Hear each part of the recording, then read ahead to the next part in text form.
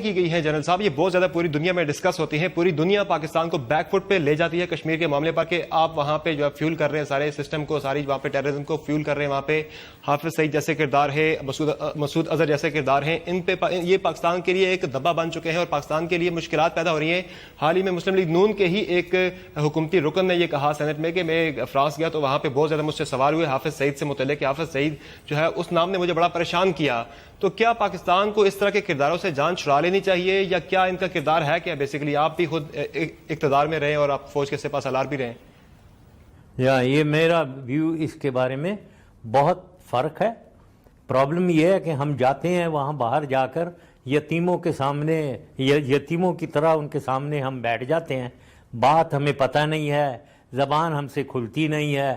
دیکھیں یہی جو آپ نے بات کی ہے لشکر طیبہ کی، ایل ای ٹی کی، حافظ سعید کی بات کر لیا آپ نے، ان کے ساتھ ہم ملا رہے ہیں ان کو، جیش محمد کو، ان دو کو نام ملائیں۔ جو دیکھیں اس میں ڈفرینسیشن دیکھیں، پہلے تو ان میں ایک جو ہے وہ دہشت گردی یہاں پاکستان میں کرتا رہا ہے، یہ جیش محمد، میرے اوپر اٹیک انہوں نے کیا ہوا ہے، تو یہ تو بالکل ٹیررسٹ آرگنائزیشن ہے میری نظر میں۔ اب لیں لشکر طیبہ کو، ایل ای ٹی جو ہے یہ اس کو انٹرنیشنلی بین کیا ہوا ہے۔ یس، کیوں بین کیا ہوا ہے جی؟ کس بات پہ بین کیا ہوا ہے؟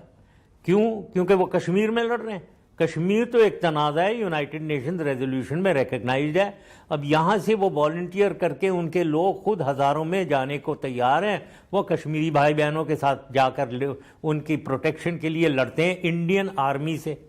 انڈین آرمی وہاں یوزرپر ہے، وہ یونائٹڈ نیشنز ریزولوشن کو وائلیٹ کر رہی ہے، ادھر بیٹھی ہوئی سیویلینز کو نہتے لوگوں کو مار رہی ہے، شہید کر رہی ہے۔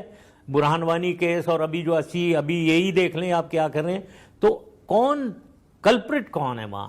وہ جو یونائٹڈ نیشنز ریزولوشن کو وائلیٹ کر کے سیویلینز کو مار رہا ہے، یا وہ لوگ جو وہاں جا کر اپنی ایک ڈسپیوٹ جو ہے اس کی ریزولوشن مانگ رہے ہیں، ڈیمانڈ کر رہے ہیں، اور وہ یوزرپر آرمی سے لڑنا چاہ رہے ہیں؟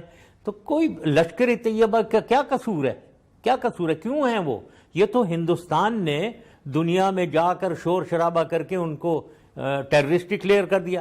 ہمارا کام ہے کہ ہم وہاں انہیں کہیں، میں بالکل نہیں ہونا چاہیے۔ اور let me tell you honestly, میں جاتا ہوں، میں تو کہتا ہوں، میں وہاں کہتا ہوں اور سب سنتے ہیں، میں کھل کے کہتا ہوں کہ بھائی کیوں لشکر طیبہ کو آپ سمجھے نا ذرا، کیا وہ یہ ارتھ کوئک ہوا تھا، سب سے اچھے این جی او تو وہ تھے، یہ فلڈز ہمارے ہوئے ہیں، سب سے اچھے این جی او وہ ہیں، انہوں نے سب سے زیادہ ریلیف ورک کیا ہے۔ تو کس سلسلے میں یہ ٹیررسٹ ہیں جی؟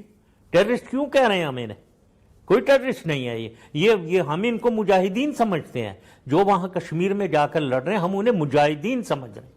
لیکن پاکستان کا اس میں جو پرنسپل سٹینڈ ہے وہ متاثر نہیں ہوتا مشرف صاحب، جو کہ پاکستان یہ کہتا ہے کہ یہ انڈیجنس موومنٹ ہے کشمیر کے اندر۔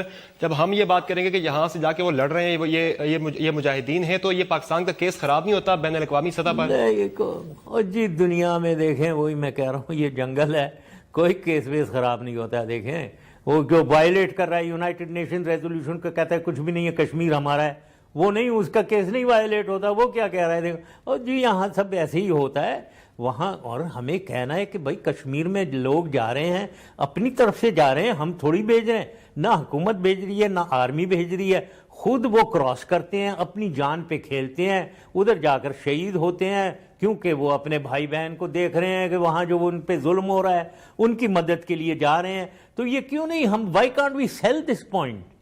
ہم کیوں یہ مانیں کہ بھائی وہ ٹیررسٹ ہیں جی، دہشت گرد ہیں؟ دہشت گرد تو ان کی آرمی ہے جو ان کو مار رہی ہے۔ ہم خود لیٹ جاتے ہیں۔ میرا یہ بھی بات ہے کہ دیکھیں ہم سے زبان کھلتی نہیں ہے، آرگیومنٹ ٹھیک دیتے نہیں ہیں، تو